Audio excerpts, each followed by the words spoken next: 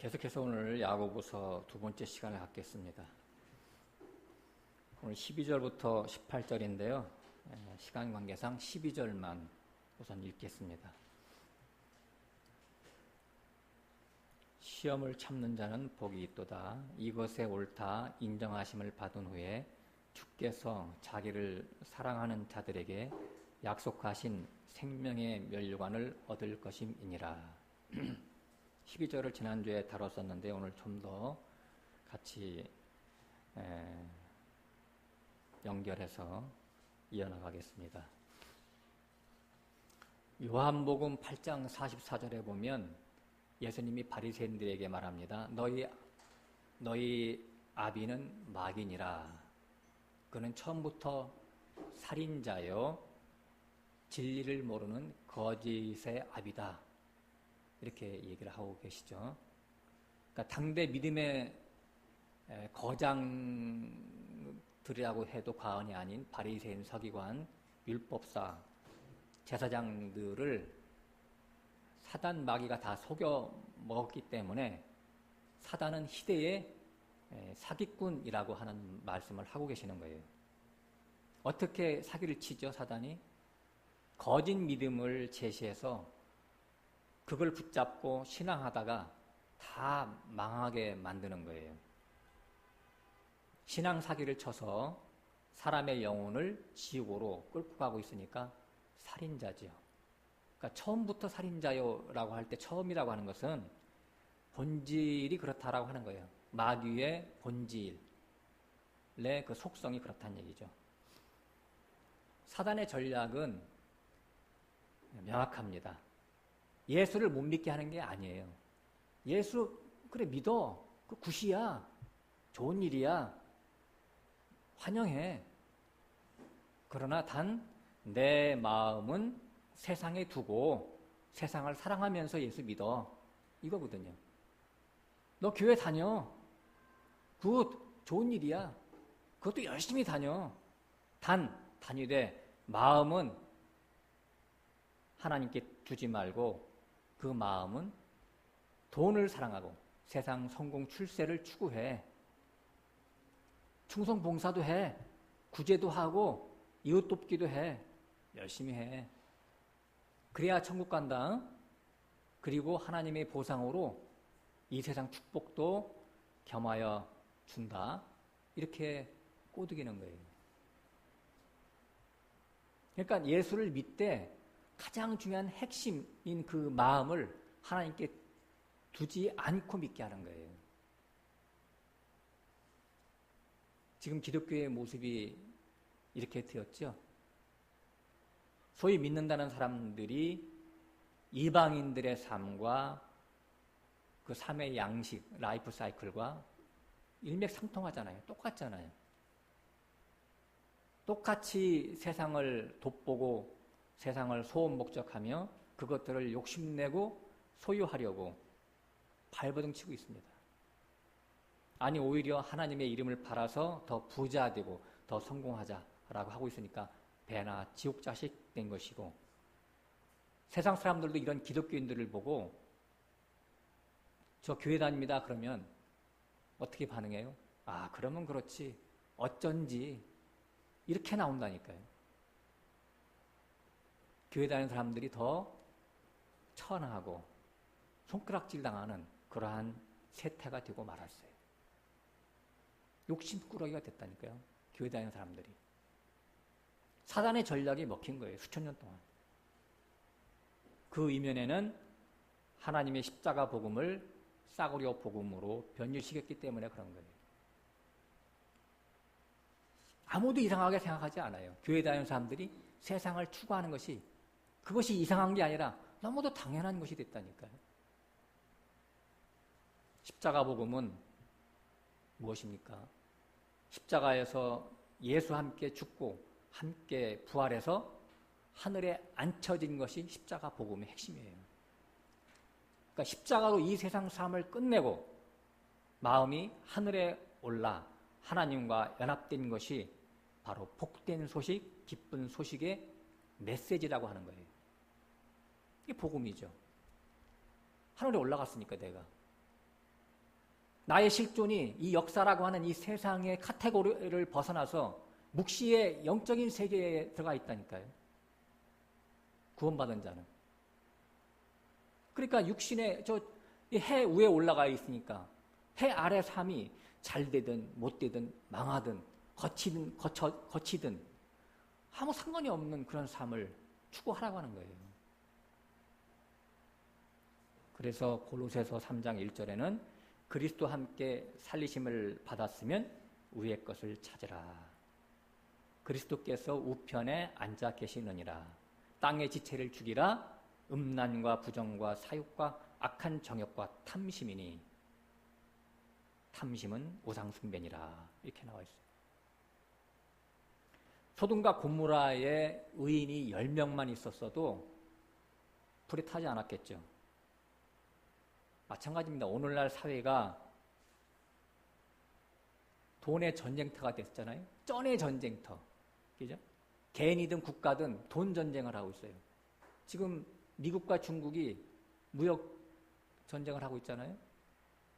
대통령들이 자기네 나라의 도덕적인 윤리적인 그런 가치를 추구하고 이끌어가는 게 아니라 장사꾼들이 돼버렸어요. 게다가 이런 돈의 전쟁 하에서 묻지마 살인, 테러, 인신매매, 성폭력이 만연하고 있잖아요. 이런 온갖 죄악으로 가득 차게 된 것이 왜 그래요? 이 시대에 각 사회마다 진정한 그리스도인이 없기 때문에 그래요. 의인 10명이 없어요. 의인 10명이. 하나님은 이 세상을 버렸습니다.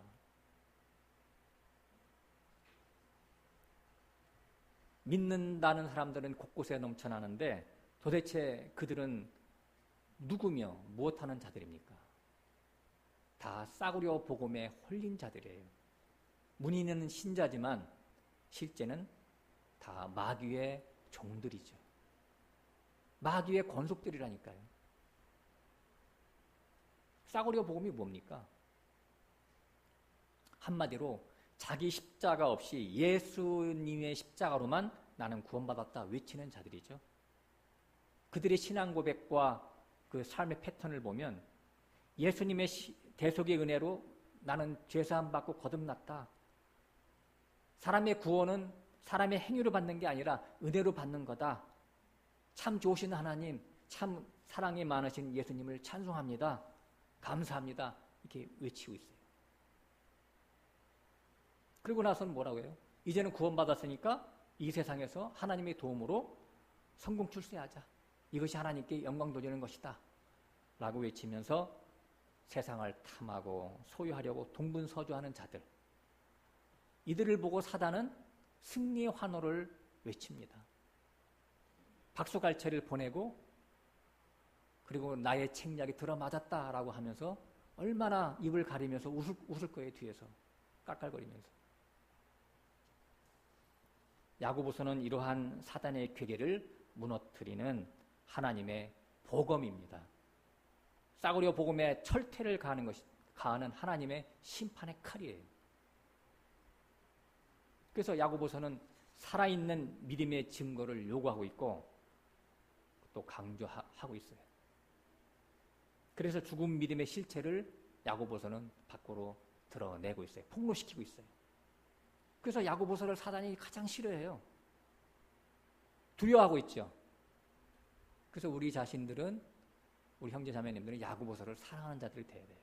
자기 믿음이 흔들릴 때는 야고보서를 읽으세요.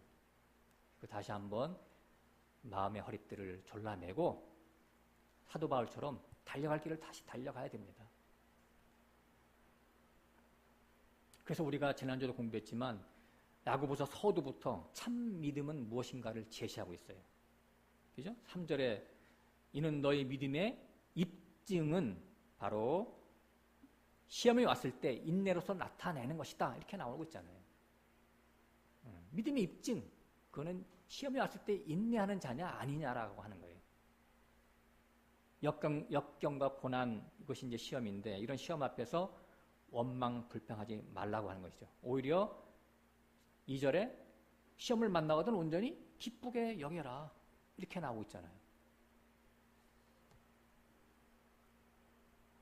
그러니까 문제가 해결되든 안 되든 하나님께 맡기고 자신은 항상 기뻐하고 범사에 감사하고 그리고 하나님과 대화가 끊이지 않는 쉬지 말고 기도하는 그러한 삶. 이러한 삶에 대한 그러니까 3절에 대한 그 제시에 대한 답변이 12절이라고 그랬었죠. 그죠? 그래서 시험에 견디는 자는 복 있는 자다. 행복하도다. 이러니 행복하도다.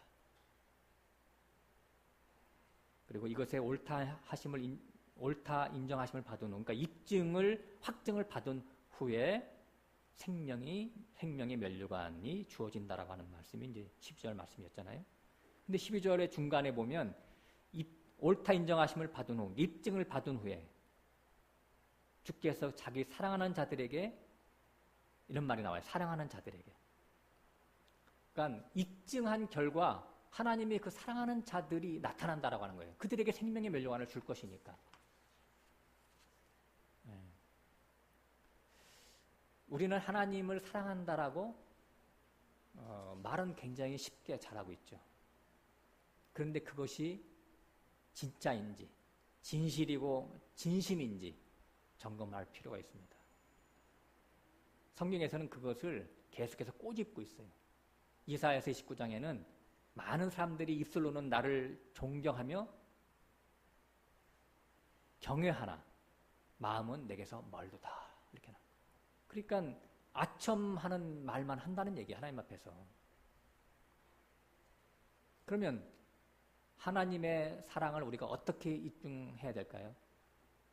물론 뭐 잠언 8장 이런 데서 보면 나를 사랑하는 자가 바로 나의 사랑을 입을 것이며 이런 말도 써 있어요. 또 요한복음 14장에서도 나의 계명을 지키는 자라야 나를 사랑하는 자니 이렇게 나와 있어요. 그게 오늘 본문하고 다 똑같은 말씀이에요. 하나님을 어떻게 하면 사랑할 수 있습니까? 하나님을 사랑한다는 게 뭐예요? 그러니까 하나님의 계명을 지킨다는 게 뭐예요? 내가 너희를 사랑한 것처럼 너희가 형제를 사랑하라. 이걸 어떻게 하면 어떻게 할 수가 있는 거예요? 그게 이제 10계명의 유학인데 10계명이요. 제1계명부터 어그러지기 때문에 계명이 안 지켜지는 거잖아요. 나 외에 다른 신을 섬기지 말라. 이거 제1계명이잖아요. 다른 신이 뭡니까? 나 외에 다른 신. 우리는 너무나 많은 다른 신을 섬기면서 하나님을 사랑한다고 하고 있어요.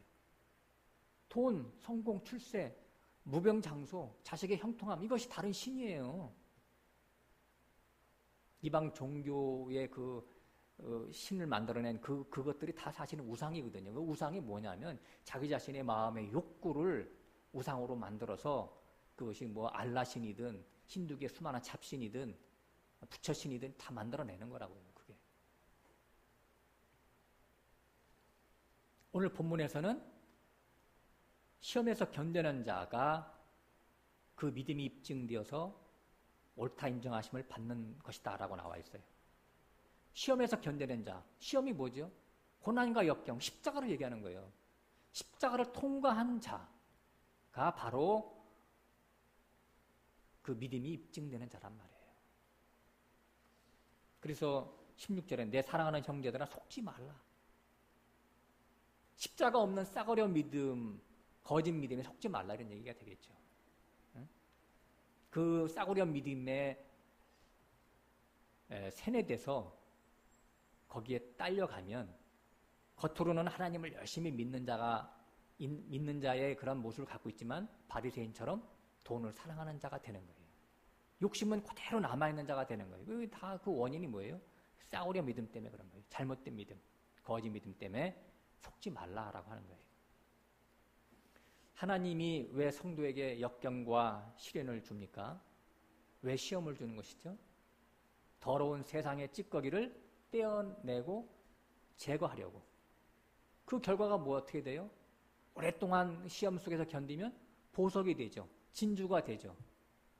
그리고 정금이 되잖아요. 그래서 계시록 21장에는 이런 것들이 나오는 거예요. 12보석, 진주문, 정금길 이렇게 나오는 거예요. 그게 어린 양의 아내 된 구원받은 자, 하나님의 아들 된 자들이잖아. 이기는 자. 너무나 성경은 한 가지를 가지고 일목요연하게 계속해서 말씀하고 있는 거거든요. 고난이 중요한 거예요. 고난이 우리에게 왔을 때 그 아래서 견디는 자가 굉장히 중요한 거예요. 이게.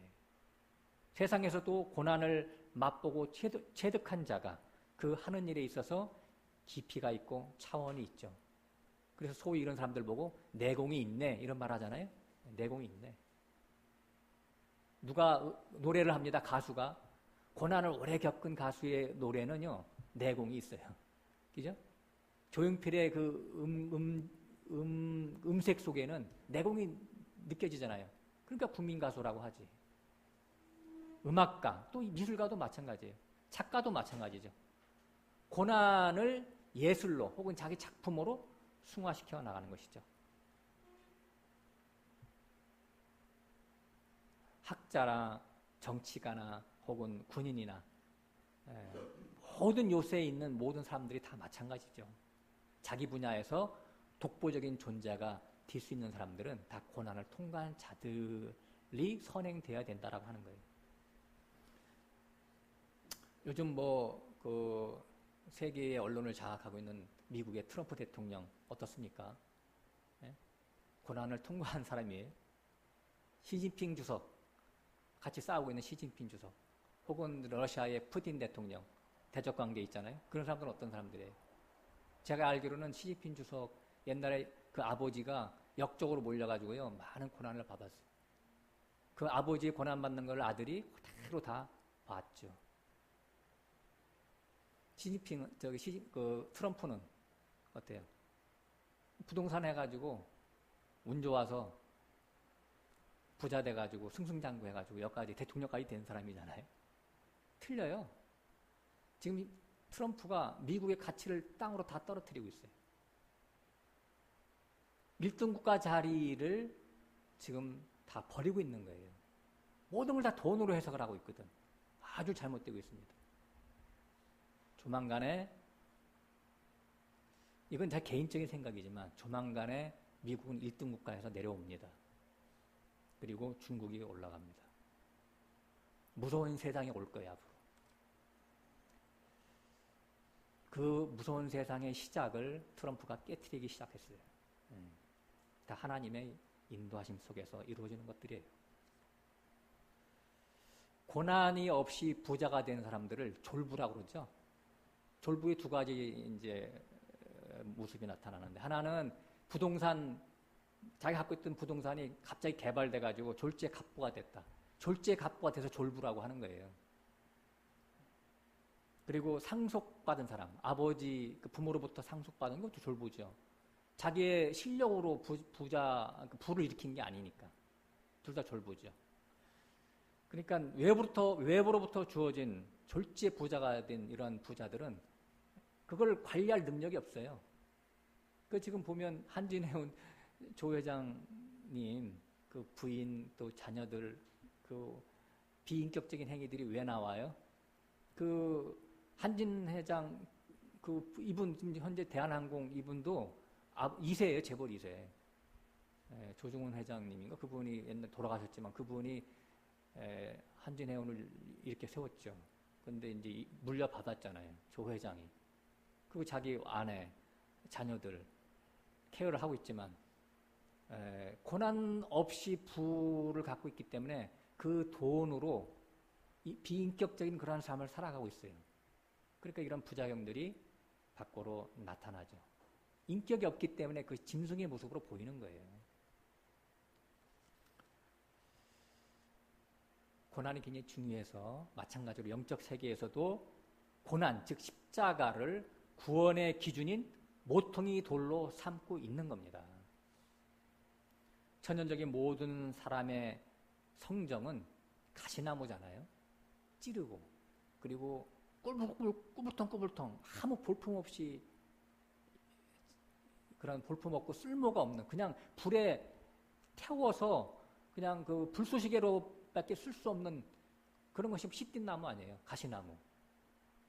이것이 법계가 되려면 어떻게 돼요? 가시나무가 잘려지고 켜지고 다듬어지고 그리고 그 위에다 금을 입혀야 법궤가 되는 거 아니겠어요? 법궤가 뭐예요? 법궤 안에 뭐가 있죠? 두 돌판, 쌍난지팡이, 만나항아리가 있어요. 그래서 말씀이신 하나님이 계시고 부활 생명이 있고 그리고 내가 아는 나에게 주신 그 계시의 말씀인 만나항아리 그 있는 거예요. 로고스의 말씀만 있는 게 아니라 내가 나에게 주신 그 계시의 말씀, 영감의 말씀이 같이 있는 그 법궤. 법궤는 예수 그리스도 자신이고 또 구원받은 우리 모두가 다 법궤죠. 하나님의 법궤. 움직이는 법궤죠. 그러니까 시띠 나무가 금을 입힌 하나님의 신성을 가진 법궤가 되기 위해서는 반드시 고난이 필수 코스죠. 토막토막 잘려야 되고 켜져야 되고 다듬어져야 되고 고난이 없으면 구원도 없는 거예요.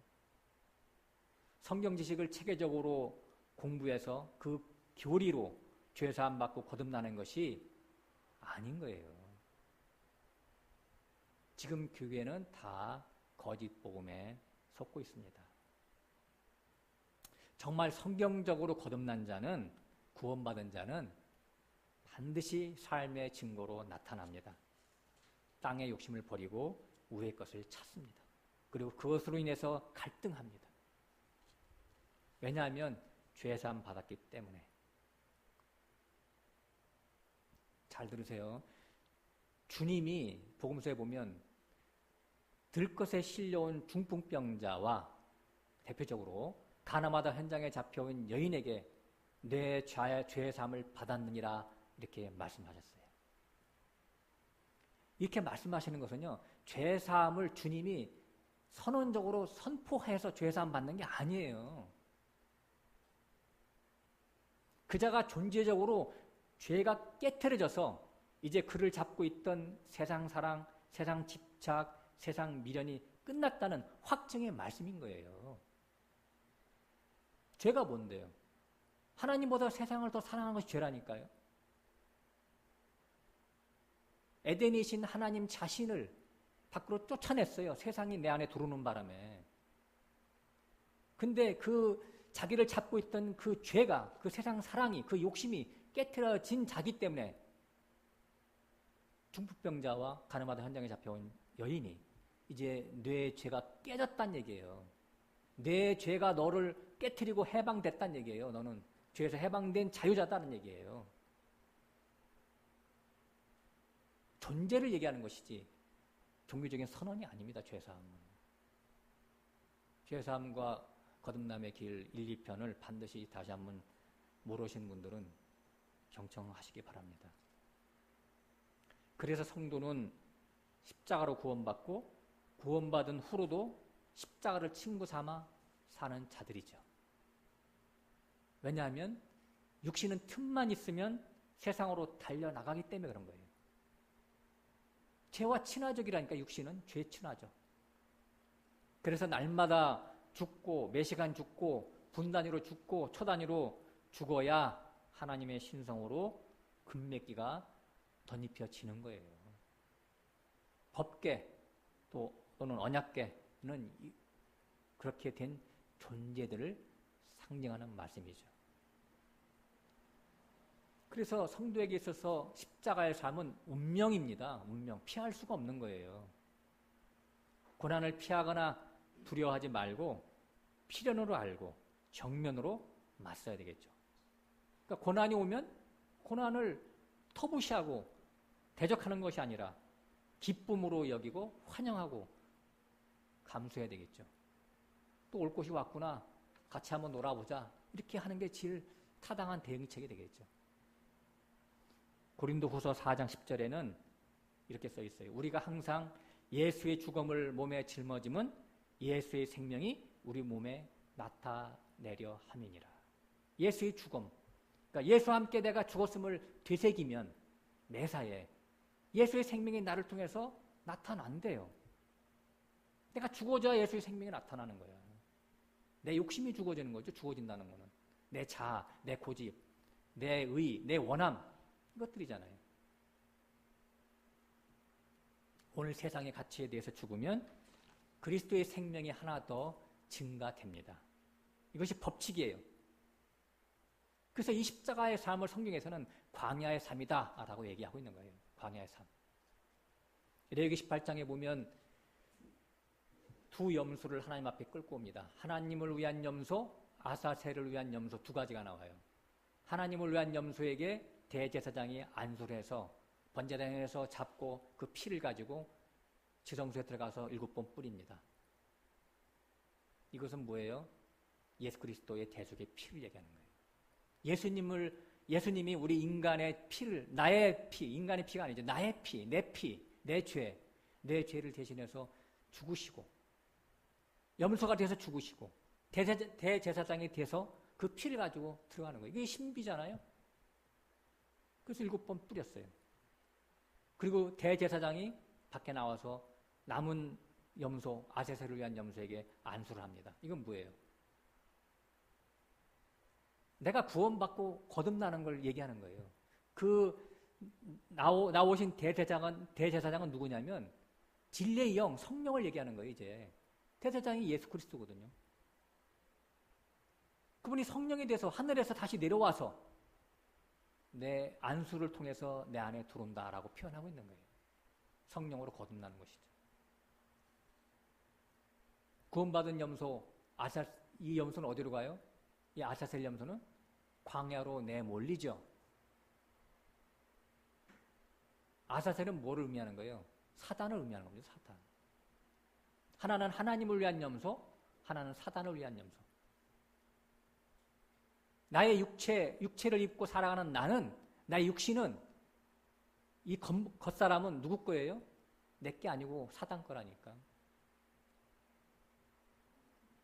육체는 사단의 먹잇감입니다. 내가 십자가에서 죽을 때마다 사단은 나를 죽게 하는 거니까 사단이 먹고, 나의 속사람은 고난 속에서 육신이 후패될 때마다 속사람은 새로워지죠. 날로. 겉사람이 점점 낡아질 때마다 나의 속사람은 날로 새로워지는 거예요. 이것이 하나님의 지혜예요. 하나님의 경륜입니다. 거울을 보세요. 겉사람이 늙어갑니까? 주름살이 늘어나요? 그러면 속으로 기뻐하시라니까요. 아, 나의 속사람은 더 새로워지고 있구나. 젊어지고 있구나. 성장하고 있구나. 이렇게 생각을 하셔야지. 주름살이 늙어가네. 그렇게 생각하면 절대 안 되죠. 육으로 생각하는 게 아니에요, 우리는. 성도는. 다 영으로 생각하는 것이죠. 야고보서 1장 13절, 15절, 13절부터 15절까지 한번 읽어봅니다. 사람이 시험을 받을 때에 내가 하나님께 시험을 받는다 하지 말지니 하나님은 악에게 시험을 받지도 아니하시고 친히 아무도 시험하지 아니하시느니라. 오직 각 사람이 시험을 받는 것은 자기 욕심에 끌려 미혹됨이니 욕심이 잉태한즉 죄를 낳고 죄가 장성한즉 사망을 낳느니라. 13절부터요. 사람이 시험을 받을 때 내가 하나님께 시험을 받는다 하지 말지니 하나님은 악에게 시험도 받지 아니하시고 친히 아무도 시험하지 아니하시느니라 이렇게 나와 있어요. 여기서 말하는 시험은 똑같은 단어인데 의미는 틀려요. 여기는 유혹을 얘기한 거예요. 유혹. 그러니까 하나님은 사람을 유혹하지 않죠. 미혹하지 않죠. 미혹과 유혹은 사단이 하는 거예요.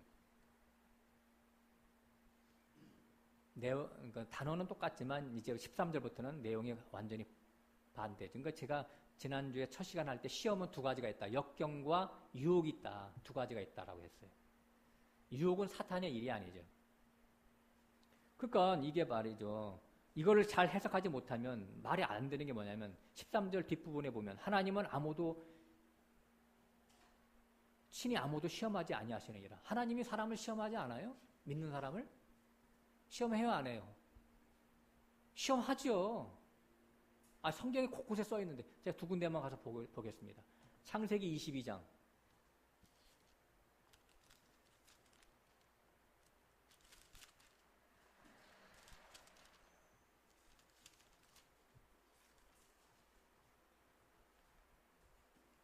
(1절만) 읽고 갑니다.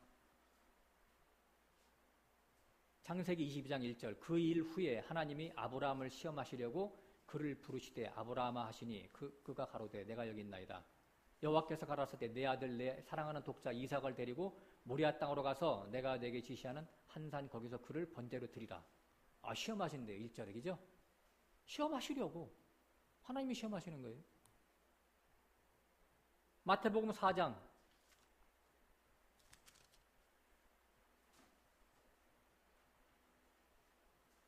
1절. 그때 예수께서 성령에게 이끌려 마귀에게 시험을 받으러 광야로 가사.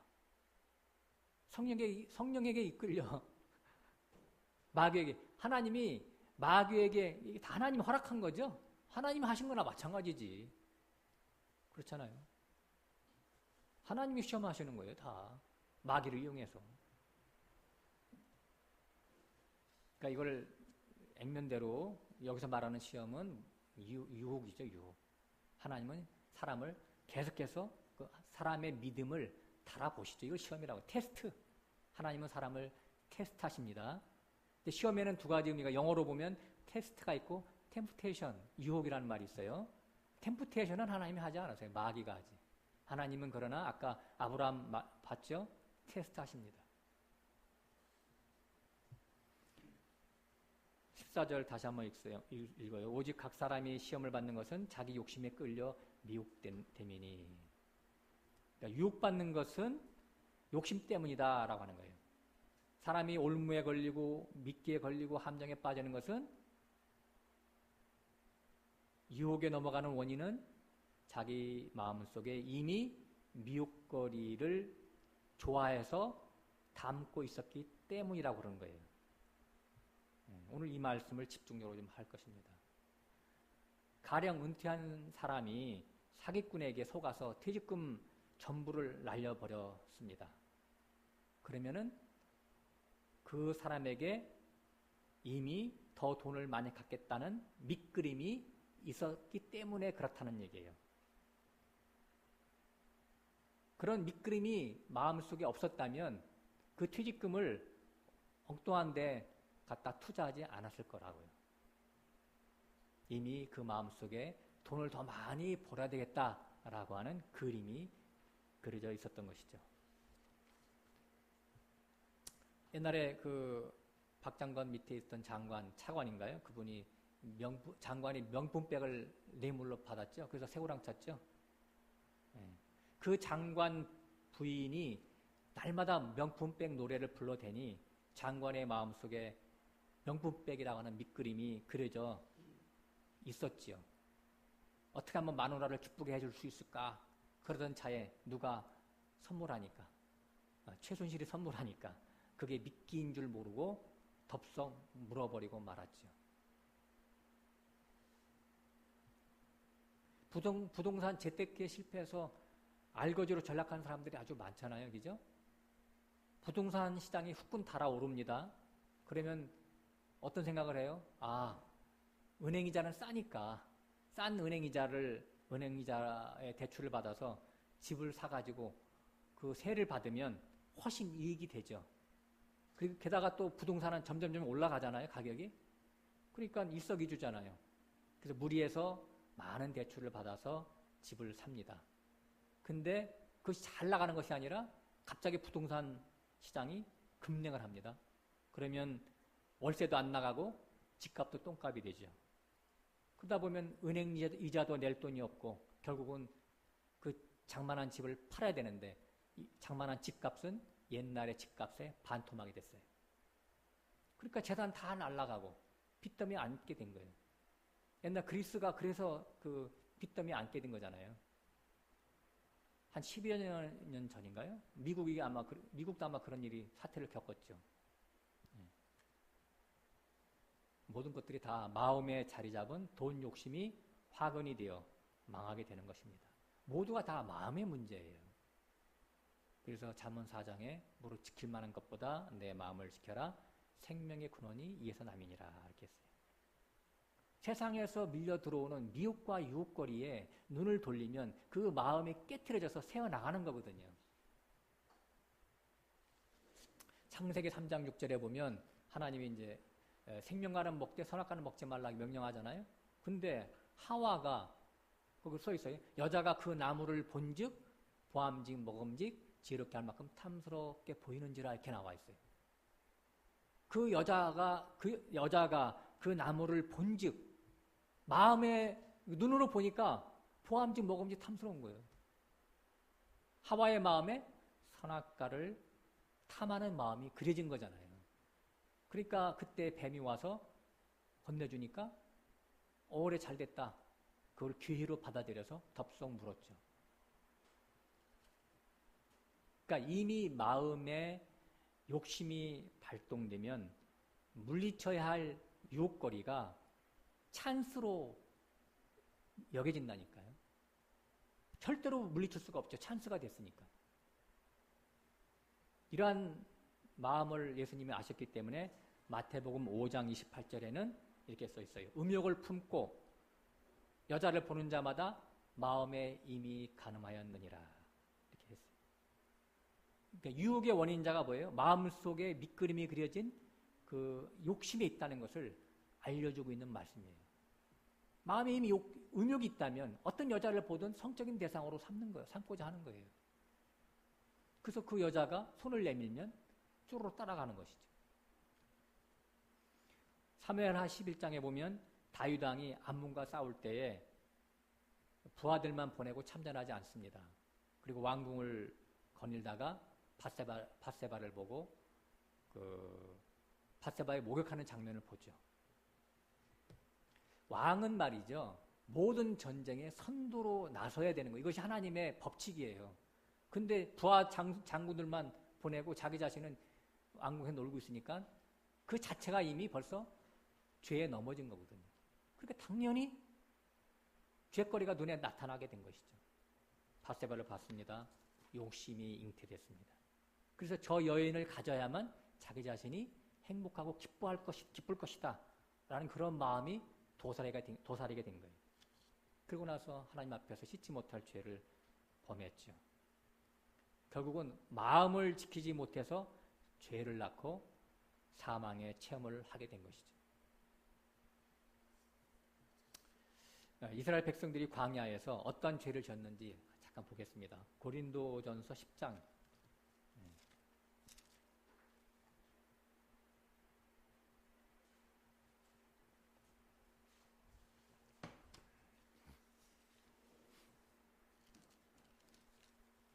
5절부터 살펴보겠습니다.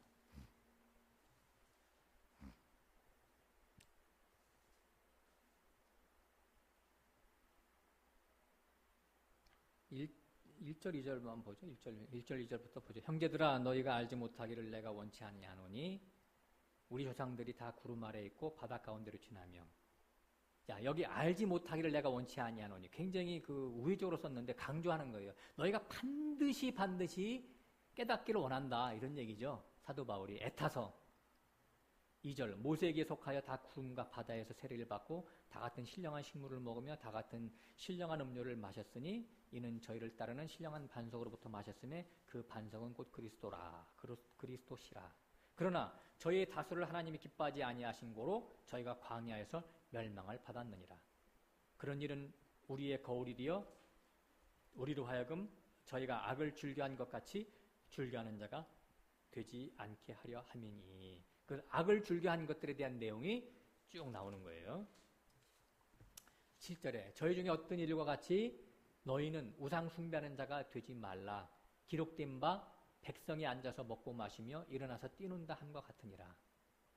이게 무슨 말이냐면 7절은 출애굽기 32장의 말씀이에요. 금송아지 사건이죠. 모세가 시내산에 율법 받으러 올라가서 40일 동안 내려오지 않으니까 밑에서 아론을 부축해서 백성들이 금가락지 금고리를 떼어가지고 주니까 금송아지를 만들어서 그 밑에서 춤추며 놀다가 멸망받은 얘기가 거기 기록되어 있습니다. 그러니까 금송아지라고 하는 것은 여호와 하나님을 세상 복주는 우상의 신으로 섬겼다는 얘기예요. 그것이 금송아지로 이렇게 비유된 거예요. 소는 옛날부터 소는 뭐예요? 부귀의 상징이잖아요. 부귀의 상징. 천하장사 우리나라 그 씨름 선수들 천하장사 되면 뭐 줘요?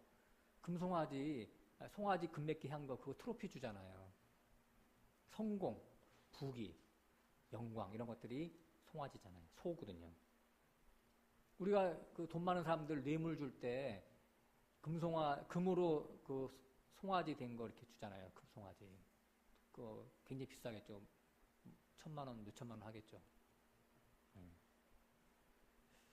그러니까 금송아지는 십자가 없이 하나님을 믿는 모든 사람들의 영적 현주소를 얘기하는 것이죠. 하나님을 믿는 이유가 그 사람들이 복받으려고, 이 세상 복받으려고 믿는다라고 하는 거예요. 광야에서 모세의 인도로 나왔던 그 이스라엘 백성들이 하나님을 그렇게 섬겼다니까요. 8절에 저희 중에 어떤 이들이 간음하다가 하루에 23,000명이 죽었나니 우리는 저희와 같이 간음하지 말자. 우리가 베드로서 공부할 때 배웠죠. 발람의 술책으로 미디안 여인들과 술잔치를 벌였죠. 다른 이방 여인들과 술잔치 벌였다. 이런 것들이 뭐냐면 간음을 얘기하는 거예요. 축복 좋아하는 것이 바로 음녀와 놀아나는 것이다 라고 하는 것이죠. 간음죄죠. 그 구약의 그런 어떤 역사를 이 시대의 영적인 것으로 풀어내지 못하면 그거 아무 소용없어요. 걔네들 옛날에 바보같이 그랬네? 나는 안 그래. 나는 저기 그 창녀집 가지 말아야지. 이렇게 해석해버리면 그거 큰일 나는 거지.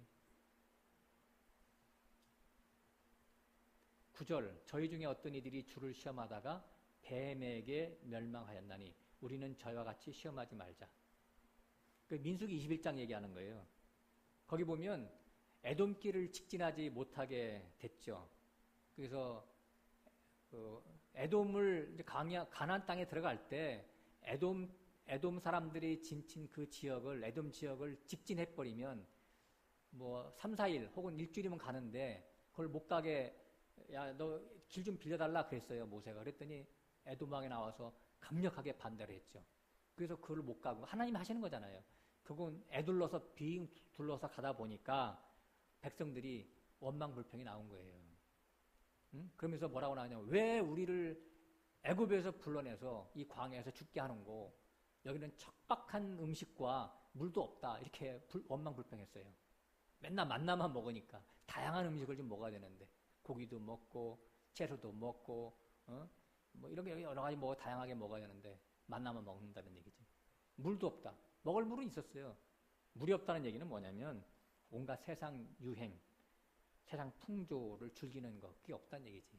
아 광야에 뭐가 있겠어요? 거기가 뭐 바가 있어요. 커피집이 있어요. 아니면 뭐 디스코텍이 있어요. 아무것도 없잖아 광야에. 그러니까 세상 즐거움이 없는 거야. 거기.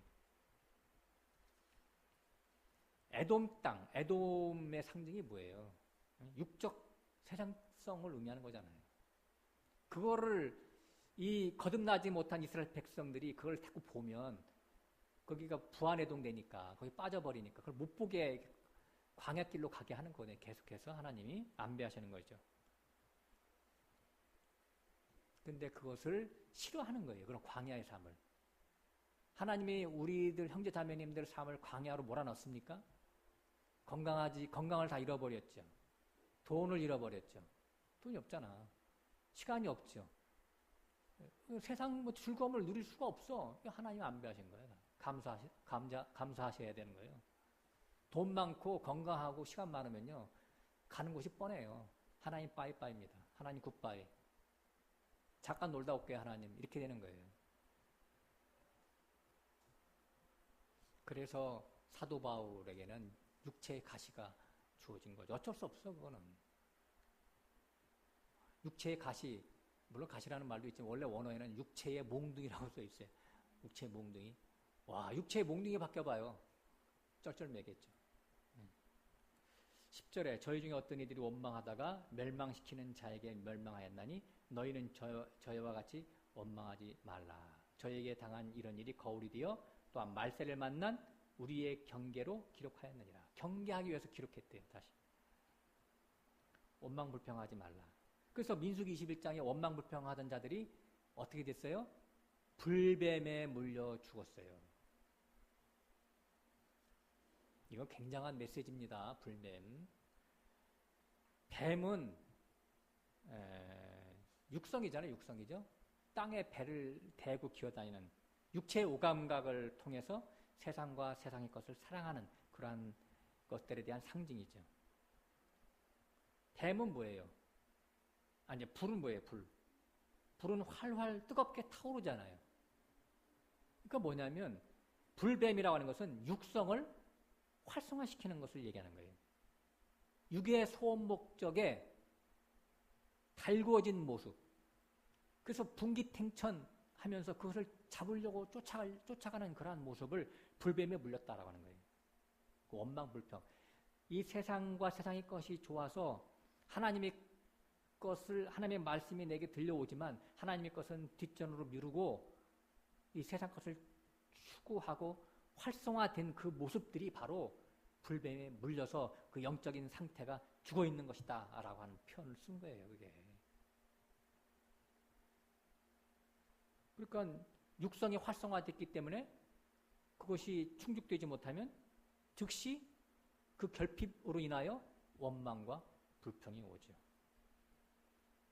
그러니까 하나님이 안배한 광야의 그 고난과 역경의 십자가의 환경에 반기를 드는 거잖아요. 반기.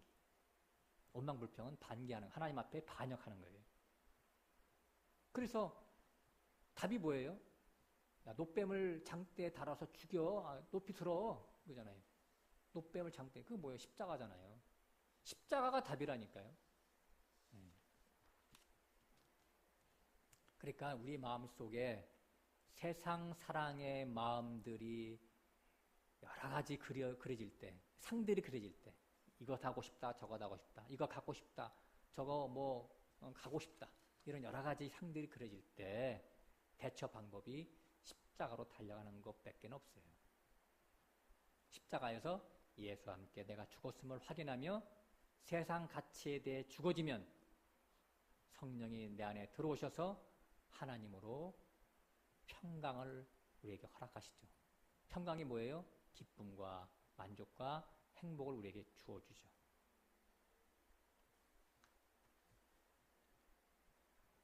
그러니까 임마누엘은 한 컷의 사진 한 장이 아니라 동영상이 될 때의 의미가 있는 거예요.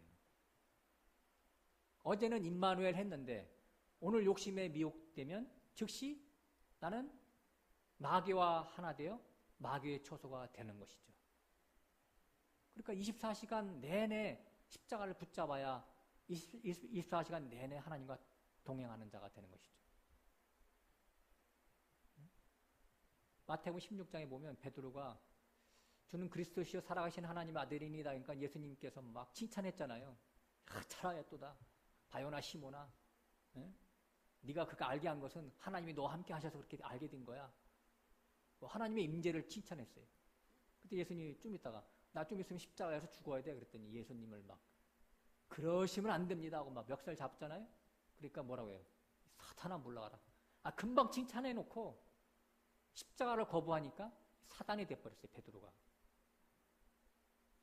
그러니까 어제, 그제, 옛날 내가 어떻게 하나님하고 내가 동행했는데 다 쓸데없는 짓이야. 어제도 중요하지만 오늘도 중요해. 내일도 중요하고. 십자가가 있어야 중요하죠. 십자가 없으면 그 즉시 하나님의 생명을 잃어버리는 거예요. 그래서 제가 항상 하는 말이 구원은 과정이다. 과정을 계속 겪고 끝까지 견디는 자가 구원을 얻는 것이지 구원은 과거가 아니다라고 얘기하잖아요. 제가. 다시 야고보서 1장 가서 봅니다. 16절 내 사랑하는 형제들아 속지 말라. 속지 말라. 마귀의 괴계에 세상 가치를 부추겨서 욕심 부리게 하면 필연코 실족하여 넘어지기 때문에 여기 속지 말라는 얘기. 그러므로 내 마음에 있는 세상을 돋보는 그것들을 십자가로 불살라야 된다라고 하는 거예요. 신앙은 말이죠. 모 아니면 도예요. 융통성 부리면 안 돼요. 합리화시키면 절대 안 돼요. 죽기 아니면 까무러치기예요. 그러니까 제 융통성 없는 사람들이 신앙생활을 더 잘할 수가 있어요. 그 순수하거든, 마음이 하나가. 어린애가 융통성 부려요? 그래서 어린아이와 같지 않냐면 하나님 나라에 갈 수 없다고 얘기한 거예요. 순수하잖아. 어른이 사기쳐도 그 사기인지 모르고 다 받아들이잖아. 순수하다니까. 그런 부분에서. 중간치기는 없어. 신앙생활에서요. 예. 하나님도 사랑하고 세상도 사랑하는 그런 겸하여 섬기는 그런 세계는 그 신앙의 세계에서는 성립할 수가 없습니다. 근데 마귀는 계속 우리에게 뭐라고 하냐면 그렇게 하라고 부추겨요. 야, 융통성 있는 사람이 돼야지. 그렇게 앞뒤가 콱 막혀가지고 살아가면 되겠어, 사람이? 그렇게 우리를 꼬드긴다니까요. 그런 꼬드김에 속지 말라고 하는 거예요. 오직 하나님의 전사가 되라고 하는 겁니다. 17절 각양 좋은 은사와 온전한 선물이 다 위로부터 빛들의 아버지께로 내려오나니 그는 변함도 없으시고 회전하는 그림자도 없으시니라. 여기서 보면 각양 좋은 은사와 온전한 선물 나와요. 좋은 은사 번역이 약간 잘못됐는데 좋다는 칼로스가 아니라 아가도스. 그래서 선한 은사예요. 선한 은사. 그러니까 아가도스는 하나님이거든요. 하나님 자신을 하나님 한 분만 선한 거니까 하나님적이고 하나님 성품적인 은사라고 하는 거예요. 여기서 말하는 은사는 딱 여기하고 뭐 이제 빌립보서 한 군데만 써놨는데 단어가요. 고린도전서 12장에 나오는 그런 은사하고 틀린 거예요. 뭐 방언, 통변, 예언, 능력 행함 그런 은사가 아니고 하나님의 성품적인 인격적인 신성한 그런 거를 얘기하는 거예요. 그리고 온전한 선물이 내려온다. 여기 온전하다 그런 말을 썼는데 온전이라는 말은 온전한 것은 이 세상에 하나도 없어요. 이 세상 것은 온전한 게 없어요. 말라기에서 3장 10절에 보면 온전한 11조를 하나님께 드려보라 그런 말이 나오죠. 온전한 11조. 그러면 내 곳간이 차고 넘칠 것이다 이렇게 이제 나오는데 그러니까 사람들이 온전한 11조 드려라 그렇게 나오니까 자기 소득의 철저한 11조라고 생각을 하는 거예요. 그래서 바리새인들은 박하와 희양과 근처에 11조까지 챙겨가지고 드렸죠. 그 온전한 11조에 묶였으니까. 저도 옛날에 교파교회 다닐 때 온전한 11조 드려요. 제가 사업할 때요. 직장 생활할 때는 온전한 11조 뻔하잖아요. 월급 타가지고 10분을 딱 띄어서 주면 되지. 근데 뭐 그것도 두 가지가 있어요. 뭐 그 생활에 11조가 있고 월급 탄 거에 11조가 있고 월급 탄 거에 11조 셀러리맨들이 할 수 있어요? 못하지. 그러니까 생활비에 11조를 보통 하죠. 그것도 이제 양심의 가책을 받으면서 하죠. 근데 제가 옛날에 사업할 때요. 사업하면 돈이 딱 떨어지지 않잖아요. 그러니까 일단 11조를 내. 근데 나중에 뭐 또 한 달 지나다 보면요. 중간중간에 여기저기에서 막 또 내가 생각하지 못한 것들이 막 튀어나와. 그러면 그것도 계산해가지고 내. 한 서너 번 내 11조를. 그런데 그냥 마음이 항상 불편해요. 그러면서 내가, 11조는 역시 율법이다. 아무리 잘 지켜도 불편해. 평안함이 없어.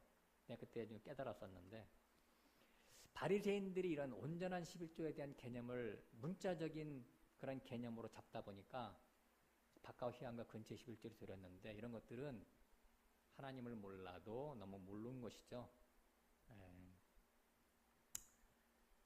하나님을 무슨 회계사 사장쯤으로 알고 있는 거예요. 뭐 너 짜투리 뭐 이거 빠졌어. 너 100원 이익 이거 빠졌잖아. 10원 내. 이게 하나님 이런 분이에요? 거기 빠지면은 복이 올게 저주가 오고 막 그럽니까? 혼내키고. 온전한이라는 말이 그 텔레오스 그랬는데 텔레오에서 유래됐어요. 열매 맺다. 완성되다 그런 얘기. 하나님적인 것이죠. 영적인 것. 하나님의 말씀을 받아서 하나님의 성문으로 조성된 것 외에 온전한 것은 없습니다. 하나님께로부터 온 것만 온전해요. 그러니까 11조도 신성한 하나님의 성품으로 덧입혀진 것을 얘기하는 거예요. 하나님께로부터 받아서, 말씀을 받아서 그 말씀에 자체화된 그 삶을 하나님 앞에 드리는 거니까. 하나님화된 것을 드리는 거니까 하나님 것을 받아서 하나님께 드리는 이 11조를 얘기하는 것이죠. 그러니까 제사장들이 백성들을 잘못 가르쳐서 다 눈멀고 병들고 저는 것들만 하나님께 바쳤잖아요. 백성들이 실제가 누구예요? 우양으로 비유됐잖아요. 우양은 모두 하나님의 백성들에 대한 비유죠. 근데 잘못 가르쳐서 온전한 것을 드리지 못하고 다 도둑질 해먹었다는 얘기죠. 그 당시에 말라기에서 보면 그것을 질타하는 내용이 11조 얘기입니다. 그러니까 하나님의 형상과 모양의 실제이신 그리스도를 닮은 자로 건축되는 것이 나의 온전한 11조를 하나님 앞에 드리는 겁니다. 이방인들이 목말라 하고 헐떡거리는 그 세상 것은 배설물에 불과한 무가치한 것들이니까 욕심내지 말고 속지 말라라고 하는 거예요. 오직 변함없고 어두움은 전혀 없는 빛의 아버지께로 오는 것만 소망 삼고 살아라 하는 말씀을 17절에 써놨어요. 18절 그가 그 조물 중에 우리로 한 천 열매가 되게 하시려고 자기의 뜻을 쫓아 진리의 말씀으로 우리를 낳으셨느니라. 한 천 열매가 되게 하시려고. 약간 이게 번역이 미흡한데요. 천 열매는 예수 그리스도밖에 없어요. 근데 이제 우리를 천 열매가 되게 하시려고 했다라고 하는 그런 뉘앙스로 이렇게 번역을 했는데 번역 오류입니다. 이거 잠깐 번역을 다시 정정하면 그가 그 조물 중에 우리로 천 열매를 우리에게 있게 하시려고 자기 뜻을 쫓아 진리의 말씀으로 낳으셨느니라 이렇게 하는 거예요. 천 열매인 그리스도를 우리에게 있게 하시려고 했다는 거예요. 천 열매인 그리스도가 우리 안에 탄생시키는 것이 바로 거듭남이잖아요. 그래서 구원받은 우리 각자는 맏아들 대신 하나님의 첫 열매가 내 안에서 출산하여 거듭나게 되는 것으로서 이 모든 일은 다 진리의 말씀의 열매이기도 하다라고 하는 이런 말씀이에요. 우리가 배웠죠. 베드로전서 1장 23절에 써 있습니다. 너희가 거듭난 것은 썩지 아니할 씨로 된 하나님의 살아있는 말씀으로 된 것이다. 이렇게 나와 있죠. 그 말하고 이 말하고 똑같은 말씀이에요. 우리의 거듭남이 진리의 말씀으로 된 것인데 그것이 바로 천열매이신 그리스도가 내 안에서 탄생시키게 하시려고 했다는 그런 말이에요.